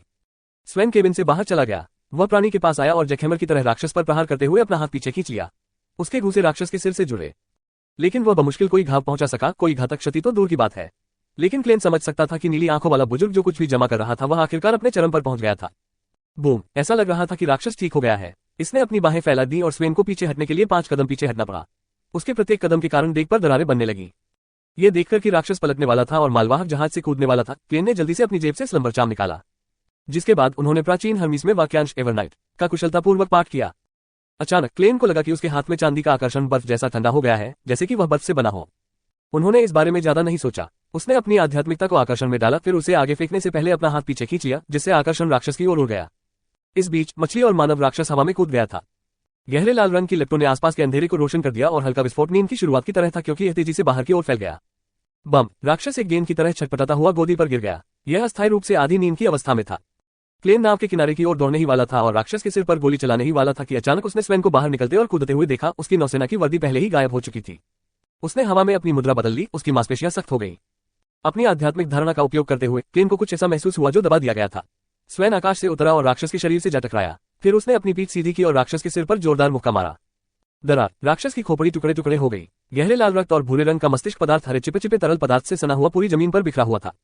ये क्रोधी लोगों की क्षमताओं में से एक है। जहाज के टूटे हुए हिस्से के पास खड़े होकर क्लेन ने खुद से बुदबुदाया। ओल्ड नील ने अपना बायां हाथ पकड़ लिया और नीचे क्या हुआ था ये देखने के लिए नीचे झुक गया। उस समय स्वयं सीधा खड़ा था। उसने दबे हुए उस राक्षस को घूरकर देखा जिसने अभी अभी अपनी जान गंवाई थी। उसने एक धातु की कुप्पी निकाली और ढक्कन खोला। फ्लास्क को झुकाने से पहले उसने शराब का आधा हिस्सा पी लिया और बची हुई शराब राक्षस पर डाल दी। इसे खत्म करने के बाद स्वयं ऐसा लग रहा था जैसे वह काफी बुरा हो गया हो, उसकी पीठ थोड़ी झुक गई हो। ओल्ड नील ने नीचे के दृश्य को देखते हुए आह भरी। उसने क्लेन से फुसफुसाते हुए कहा, मैं इस आदेशित दंड देने वाले को जानता हूं जिसने नियंत्रण खो दिया था। उसने लगभग 30 वर्षों तक स्वयं का पीछा किया था। एक बार पानी के भूतों को साफ किया था जो तट पर लोगों को मार रहे थे। उसने दुष्ट बियोरेस को भी पकड़ लिया था जो टिस्कॉक के माध्यम से भागने की कोशिश कर रहे थे नदी। उसने जारी नहीं रखा, लेकिन क्लेन समझ गया कि वह क्या कहना चाहता था। एक गार्ड जिसने कई योगदान दिए और अनगिनत राक्षसों को मार डाला, अंततः खुद एक राक्षस बन गया। यह कोई अकेली घटना नहीं थी। यह एक संभावित परिणाम था कि नाइटहॉक्स, मैंडेटेड पनिशर या मशीनरी हाइव माइंड के कई सदस्यों को एक दिन सामना करना पड़ेगा। योजक चिन्ह योजक चिन्ह योजक चिन्ह योजक चिन्ह योजक चिन्ह योजक चिन्ह योजक चिन्ह योजक चिन्ह। नमस्ते टालिन, यहाँ का अनुवादक LOM। चीन में पुस्तक के प्रीमियम होने से पहले मैंने नीचे लेखक के नोट शामिल किए हैं। लॉम को पहली बार रिलीज हुए 2 महीने हो चुके हैं और अब प्रीमियम पर जाने का समय आ गया है। पिछले 2 महीनों में मैंने लेखक के नोट्स में लगभग कुछ भी नहीं कहा या आपके साथ बहुत अधिक बातचीत नहीं की। मुख्य कारण यह है कि मुझे इस बात पर यकीन होता जा रहा है कि लेखक और पाठक के बीच सबसे अच्छा संवाद उपन्यास के अंदर होता है।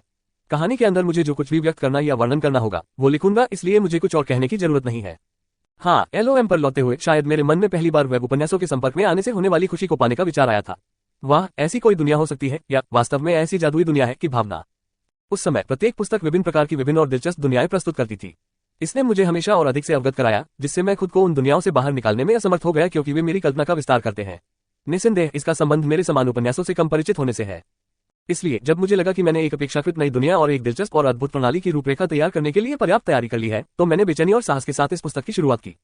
22 मार्गों को मुख्य रूप से अभिनय करने के साथ 220 औषधियों और 220 नौकरियों के साथ, यह एक ऐसा हिस्सा है जिसके बारे में मुझे आशा है कि यह हर किसी के लिए सबसे दिलचस्प हो सकता है। इसके अलावा ये कथुलु मिथोस, SCP फाउंडेशन तत्वों और पहली औद्योगिक क्रांति के युग और स्टीमपंक दुनिया की भावनाओं को मिश्रित करता है। मैंने कई किताबें पढ़ी और कई सेटिंग्स बनाई, लेकिन मुझे पता है कि इस कहानी को ध्यान से बताना सबसे महत्वपूर्ण है। मैंने इसे बताने में अपना समय लिया, यही कारण है कि पहले खंड की गति बेहद धीमी है। यही कारण है कि 410,000 जोड़ से अधिक चीनी अक्षरों 255,000 जोड़ अंग्रेजी शब्द वाले अध्याय निःशुल्क जारी किए गए थे। मैं ईमानदारी से कथानक को विकसित करना चाहता था और दुनिया को चित्रित करने के लिए पत्रों को निखारना चाहता था। मैंने तथाकथित चरमसुख की तलाश नहीं की और अपने दिल के दृश्य आपके सामने पेश कर दिए। MAM के लेखन के लिए धन्यवाद। मैं ऐसे मानकों को प्राप्त करने में सक्षम था जो जीवन के हिस्सों को लिखते समय दूसरों को आकर्षित कर सकते हैं, जिससे मुझे एक कहानी को ईमानदारी से बताने के लिए आवश्यक क्षमता और लेखन कौशल से लैस होने की अनुमति मिलती है। अतीत में मैंने अभिव्यक्त करना सीखा, या ये कहा जा सकता है कि हर लेखक या लेखिका सहज रूप से अभिव्यक्त कर सकती है, लेकिन अब मुझे लगता है कि मैंने खुद पर संयम रखना शुरू कर दिया है। कई बार मैं इसका वर्णन नहीं करता, लेकिन बिना किसी आंतरिक एकलाप के भावनाओं को प्रस्तुत करने के लिए कार्यों, भाषण और अभिव्यक्तियों का उपयोग करता हूँ।